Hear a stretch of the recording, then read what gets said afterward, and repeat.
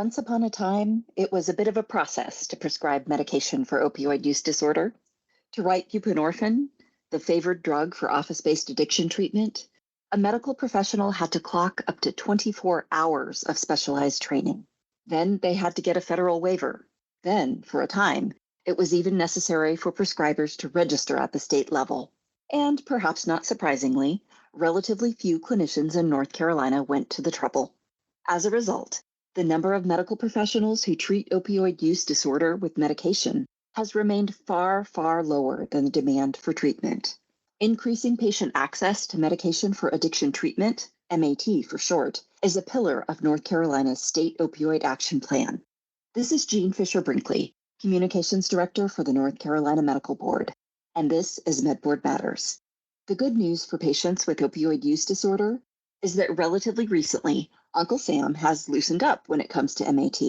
In fact, as of December 2022, the hoops for clinicians who want to provide MAT to their patients have been rolled back to the point that now anyone with a valid DEA registration can prescribe buprenorphine. On this episode, we are taking a look at the current landscape for MAT prescribing. I've asked one of the state's most active advocates for MAT, Dr. Blake Fagan, to help navigate this shifting ground. Dr. Fagan is Department Chair of Family Medicine for MAHEC, the Mountain Area Health Education Center. His main area of interest when teaching, practicing, or advocating is the treatment of opioid use disorders. Before we get to it, heads up. The feds haven't completely done away with training requirements for MAT.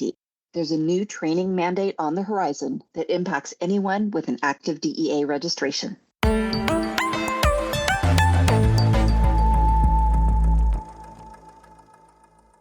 Well, Dr. Fagan, thank you so much for joining me today. I really appreciate it. Thank you for having me. Now, I have introduced you as one of the state's most enthusiastic supporters and advocates for MAT, but I know that that was not always the case. And I wondered if you'd begin by just sort of telling your own personal story of how you first learned about MAT and how you came to be such an enthusiastic supporter. Yeah, thanks for giving me that opportunity. So back in probably around 2011, like you said, I had actually never heard of the word buprenorphine. I'm sad to say I probably was taught that at some point in maybe medical school or residency or after, but I sure don't remember it. And if somebody would have come to me and said, you should write this medication to help people that have opioid use disorder, or back then probably would have said, to help people that have opioid addiction, I would have said, no way, you're just substituting one addiction for another. I'm not going to do that. But in 2011, I had a patient of mine who rolled into the emergency department dead from an overdose. I had actually delivered her 2 kids, and it was just devastating for me. I remember talking to the emergency room doctor, and I was like, what happened? And the emergency room physician saying, duh, there's an opioid crisis. Where have you been? And I don't know where I'd been, but that's when I started reading more about opiate use disorder and finding out about buprenorphine, and then proposing it to my organization, the Mountain Area Health Education Center, that, hey, we should be prescribing this for patients that have opiate use disorder, and we should be actually teaching the next generation of prescribers, like our residents. I'm in a residency program, so like our residents in family medicine and OB and psychiatry and internal medicine, to prescribe this medication, along with teaching it to our medical students. So that started my journey. Thank you for sharing that. That is such a powerful story. And I think it meets where some of our licensees probably are with this topic. I think that, there probably are quite a few of our licensees who still think that prescribing buprenorphine is substituting one drug for another. My own non-clinician experience has been that the more people learn about MAT and buprenorphine prescribing specifically, the less you tend to see that attitude. So the reason that, we wanted to talk more about MAT now, of course, is because the federal government had recently changed the rules for prescribing once again. It's been sort of moving ground in recent years. Let's talk about sort of how things used to be, what the rules used to be, and then where things have evolved to as of, I believe it was December 2022. Great. So it used to be a long time ago, 1973, I believe, that there was only one medication that was really available for people that had opiate use disorder, and it was methadone, and it could only be prescribed in methadone clinics, is what they called them back then, but they call them opioid treatment programs now. And then in 2000, there was a part of a law that was passed that allowed buprenorphine to be written as well, but you had to do some training if you were an MD or a DO. So you had to do 8 hours of training, and then you could get your DATA 2000 license. But the 2000 is because it was passed in this law in 2000. Some people called it the X waiver, others called it your buprenorphine license. They all mean the same thing. And then at that time, nurse practitioners, physician assistants, and certified nurse midwives could not write the medicine. And there was very few people that went about getting the 8 hours of training to be able to prescribe this medication, which now we know can be quite life-saving for folks that have opiate use disorder. And then in 2016, they did pass a law that said that nurse practitioners, physician assistants, and certified nurse midwives could also do extra training and get their X waiver or their buprenorphine license. And they had to do 24 hours. And both the 8 hours of training and the 24 hours of training were based on actually no data and were found to be quite a barrier in the medical community to writing the medicine, meaning many people that were ambivalent, let's say, about the medicine could say like, hey, I don't have my license, so I can't write this medication. And then at the end of 2022, December of 2022, the MAT Act and the MATE, so the MAT and the MATE Act passed, and now there's no requirements to get an X waiver or to sign up or to do any things that were a barrier under the MAT Act. Now, anybody that has a free and clear DEA license is allowed to write buprenorphine. I say like lisinopril, but maybe even a better analogy, since it is a Schedule III drug, is like Ritalin or Adderall. So when you do send it in, you have to send it in with a code through your EHR, but there's no number. Also, this is another thing that happened back with the DATA 2000 law that passed, is that initially you could only write for 30 people, and then after a year you could petition to go up to 100, but that's no longer the case either. So you don't have to have an X waiver. You write it just like any other thing, like hydrocodone, like Ritalin. And then there's not a number of patients that you can write it for. You can write it for 1 or 100 or 200. Okay, great. Well, thank you for that summary. I have kind of a two-part follow-up question. First, let's talk about the intent. Why do you think that the federal government went to this next step, no waiver, no limit on patients treated? I think the intent was to knock down barriers so that any patient that discloses that they have a use disorder to any provider can get immediate help.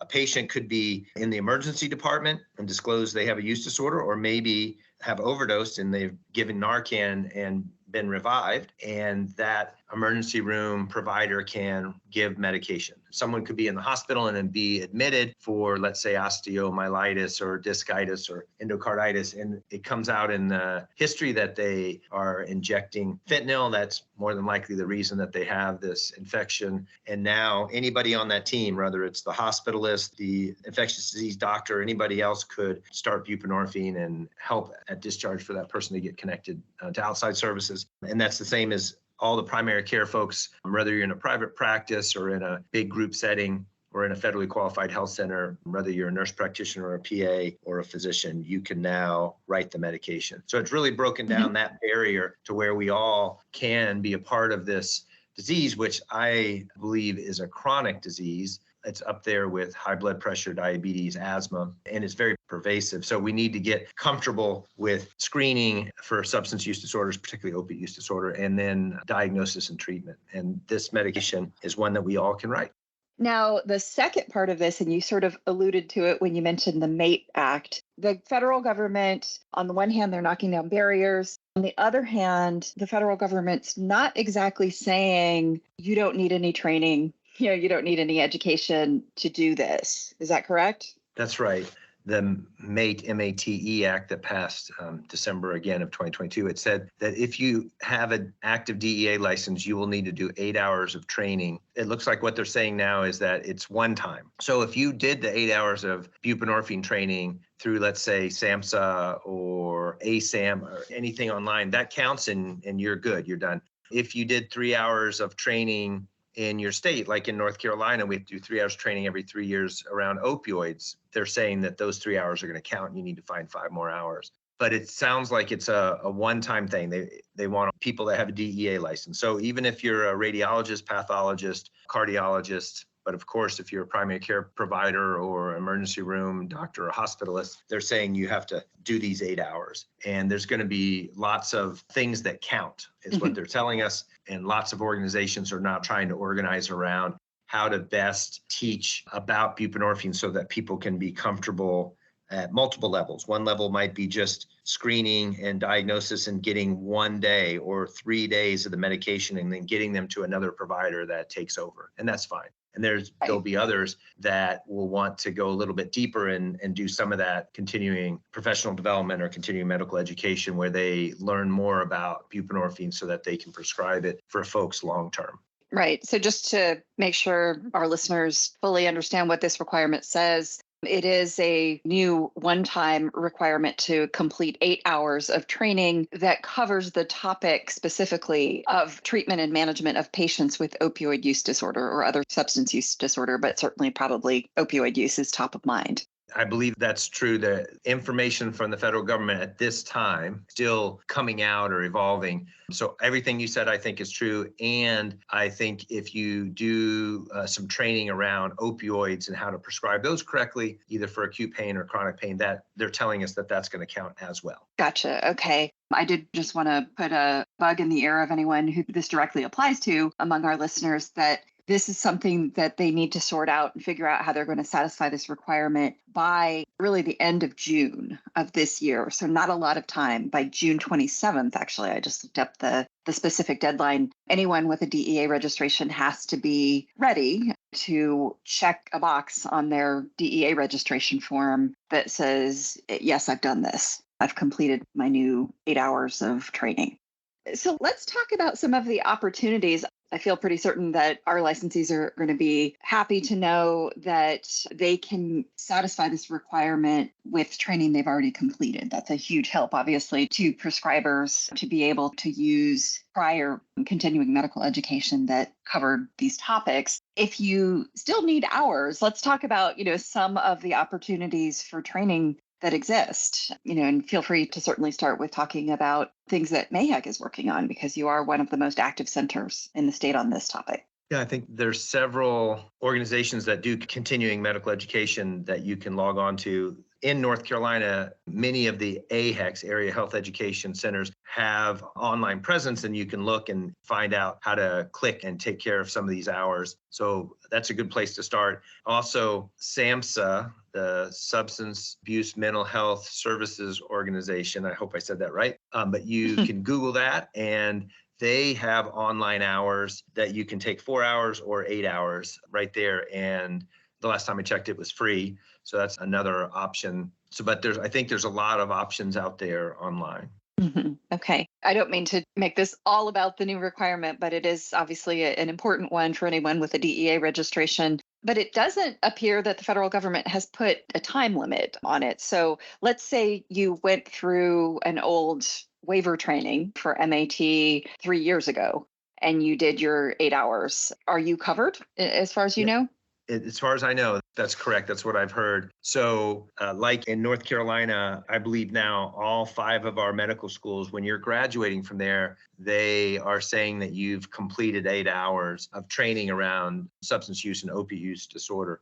They're telling me that would count, even though you still would go through a residency and then get your DEA after, that you could look back and say, hey, I've completed that. If you were in a residency program, which several of them in North Carolina are training around substance use disorders, but particularly around, again, opiate use disorder. If you can show or demonstrate that during your residency that you completed 8 hours, then that's going to count. So when you get out, you get your DEA and you just say like, hey, I graduated from residency X and here's my didactics or my 8 hours, and that would count. Yeah, I mean, you mentioned earlier that when you were training, this sort of training in prescribing medication for opioid use disorder just really didn't exist. I thought that was interesting that, the rules about this new training requirement, they anticipate basically that anybody coming out of residency training that they will have studied this as part of their curriculum, as part of their training, just as a matter of course. So it's just a comment on how far things have come with our training for physicians and PAs and other prescribers.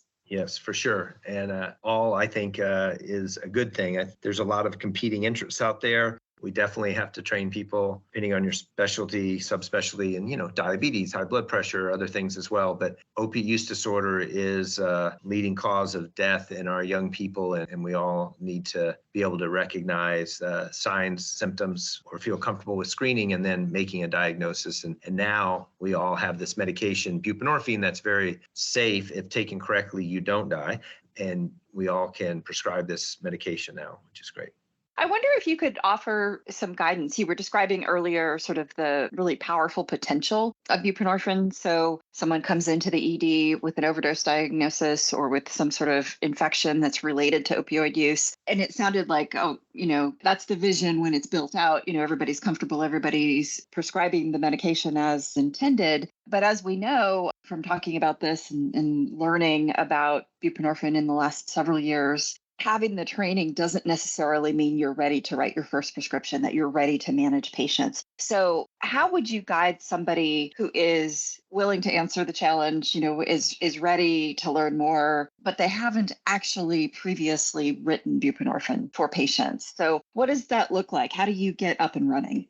That's a great question. I think there's two parts to this with quite a bit of overlap, but I'll talk about the individual prescriber and then I'll talk about like a clinic that you might work in. But for the individual's prescriber, you have to get some comfort with it. And so I'm going to encourage you to do some training. You can do it online. You can do it in person. But it's very similar to, let's say, some of the new diabetes medications that come out. And you read about it, but what do? Well, you talk to your colleagues and ask them what they know about it, how they've used the drug, what they've noticed as benefits of it. And then you might talk to a pharmacist and ask them questions.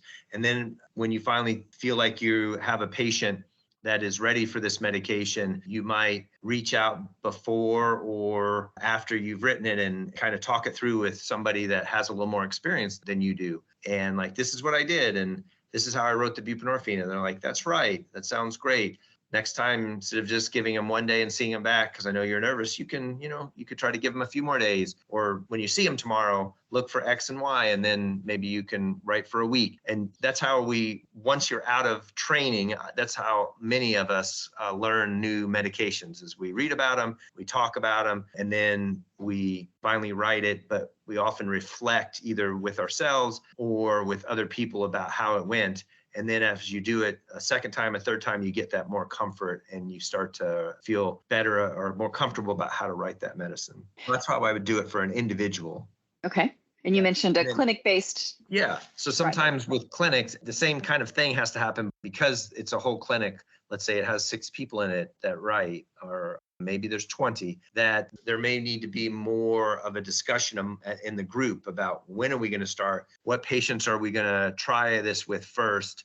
Hey, let's get together after we've all written maybe one prescription. So at the end of this month, we'll make a goal of trying to find the appropriate patient. We'll write for it, and then let's get together and talk about it. And that meeting may happen for several more months until you've talked about some of the harder cases and everyone's gotten a comfort together about how to do it. But trying to get the clinic up and going and feeling comfortable about it may be that you bring somebody in that talks or actually provides that education, be it 1, 2, or 8 hours, or the clinic pledges as a group to go online and do their training together and then talk about it afterwards and write for the first person. Knowing also that the people around you have to be comfortable. So have you talked to your nursing staff or your clinic staff? Have you talked to your front desk? Have you talked to administrators and answered their questions?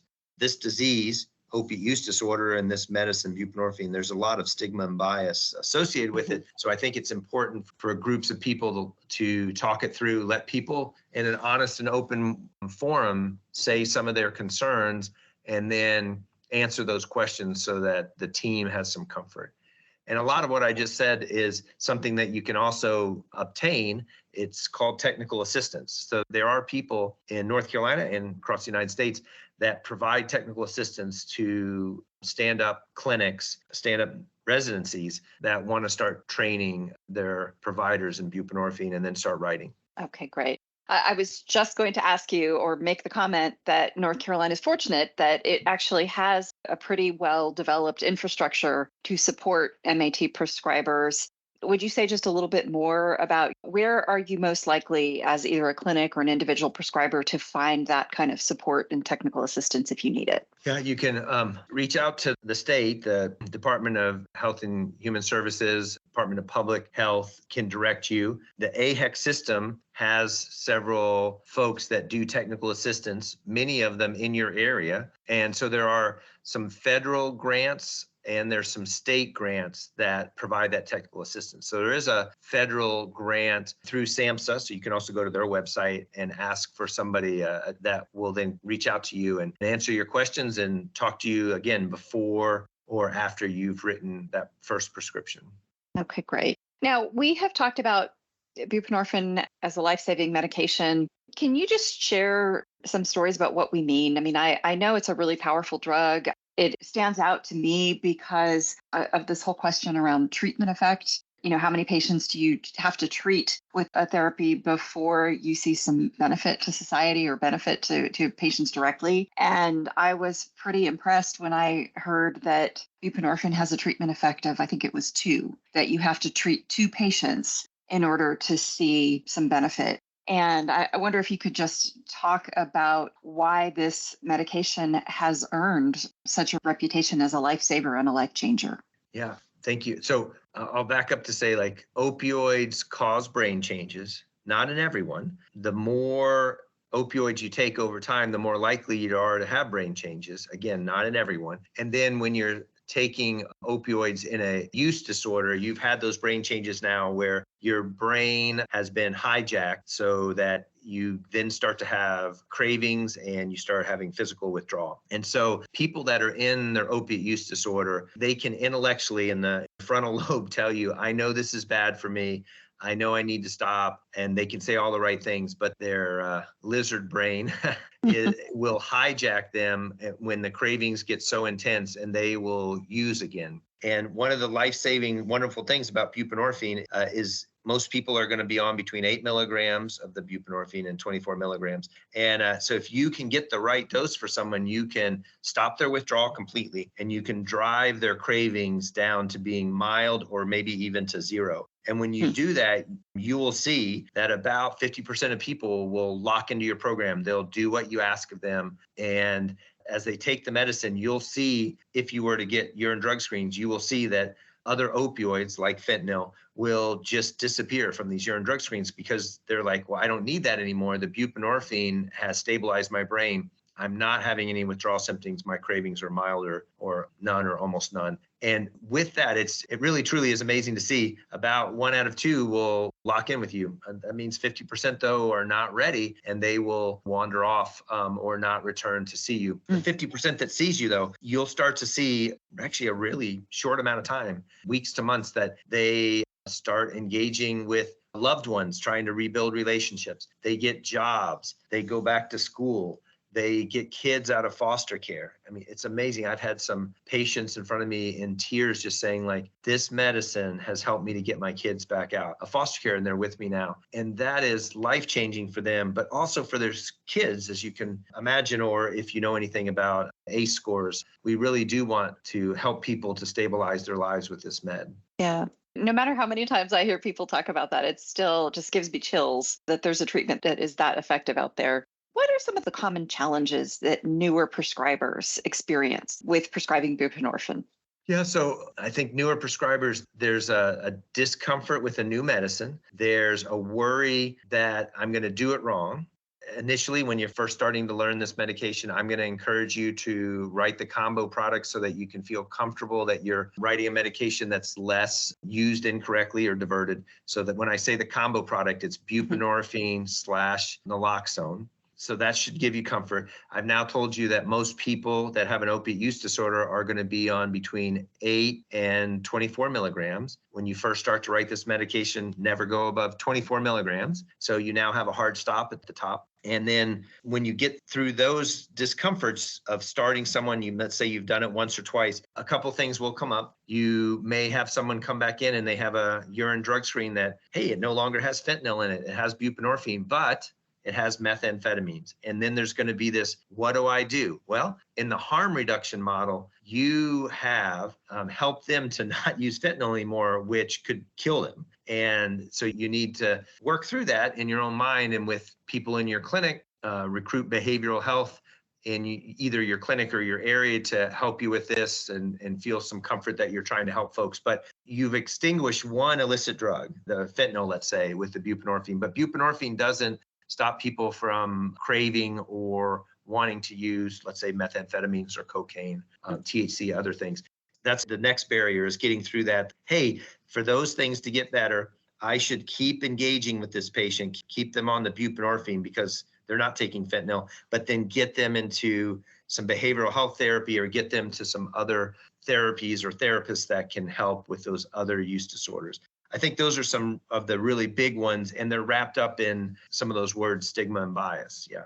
Yeah, I'm glad you mentioned that, because I think, it's not too hard to figure out where this zero tolerance attitude came from, because of course, in the pain prescribing environment, it's pretty common for there to be an attitude that if there are non-prescribed medications in a patient's urine or blood, that you can't continue to prescribe for them. But what you're describing, again, with the harm reduction model, that is not the case. You need to sort of look at the big picture, look at the behavior change that you have achieved, and continue working with that person. Keeping them in care is better in the long run than excluding them because of illicit use. Yeah, that's right. With some of the stigma and bias that comes up, I want to address that one question I kind of mentioned at the beginning of this, that, okay, so if you're having the thought, I don't know about this, I'm just exchanging one addiction for another. Now they're on buprenorphine instead of on fentanyl. I want to say I was there. I had the same thoughts. I had to work through them. It didn't take me a minute or an hour. It took me months to feel comfortable with it. I want to acknowledge, yeah,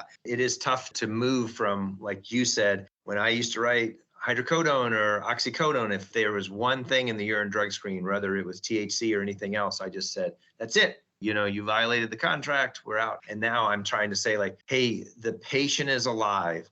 They keep coming in to see you for their buprenorphine. This is a win for them in society. As they come in to see you, you can continue to engage and talk to them about why they're continuing to use, let's say, meth. What are their triggers? How do you work through that? You know how to do motivational interviewing. So talk to them about that.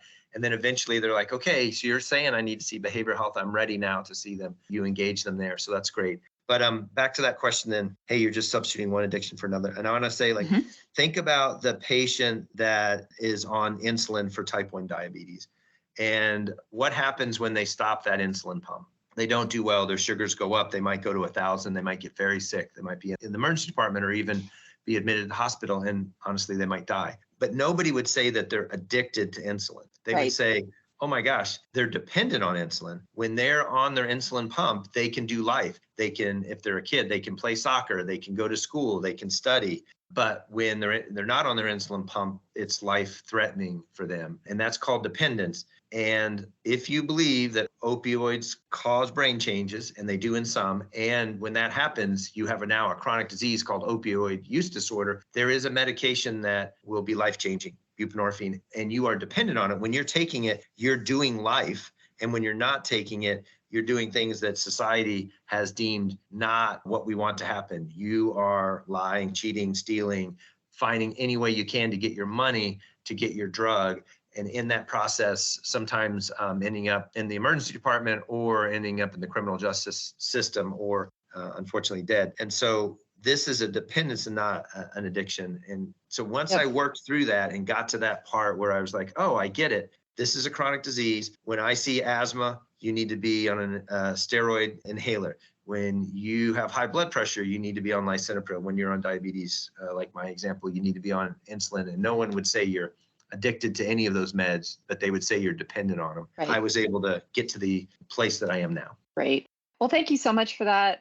Do you have any final thoughts or anything that I haven't asked you about that needs to be part of this conversation? I just want to emphasize again, if you've listened to this podcast, thank you so much for being interested in people that have opiate use disorder. They're in our community. They're actually in our waiting rooms, and you're seeing them. So be ready, or I encourage you to start screening and then be ready to diagnose this and help them out. buprenorphine is a very safe and effective medication for them. And then as you start to do this, if you have discomfort or you have questions, reach out to the people around you. That's the best way to get more comfortable with this medication. Wonderful. Well, Dr. Fagan, thank you so much. I really appreciate you talking through this with me. Thank you for having me.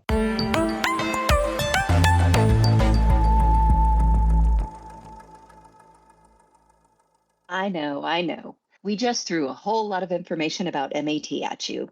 It's a lot to remember, but we are here to help. Just visit the MedBoard Matters show page at www.ncmedboard.org/podcast to find links to resources to help you follow up with anything we touched on in this podcast and more. Even if you don't think providing MAT to patients is for you, any physician or PA with an active DEA registration should definitely check out the DEA's guidance on the new training requirement. You'll find a copy of that guidance on the show page. And don't sleep on it, because the mandate goes into effect pretty soon. Beginning June 27th, all DEA registrants, with the exception of veterinarians, are required to attest during their registration renewal that they have completed 8 hours of training in the treatment and management of patients with opioid or other substance use disorders. Now, it's not required to complete the 8 hours by June 27th. That's just when DEA will start asking if renewing prescribers have done it. DEA registrants are meant to complete the hours by their next DEA renewal date, whenever that is. And of course, some prescribers are exempt, and there are a whole lot of other rules. Check it out. Please do your friends and colleagues a favor and share this podcast episode with them. A lot of people need to know about the developments in MAT that we've talked about. Well, that brings us to the end of this episode of MedBoard Matters. As always, we invite you to send comments and questions by email to podcast@ncmedboard.org. I'm your host, Jean Fisher Brinkley, signing off. I hope you'll join me again.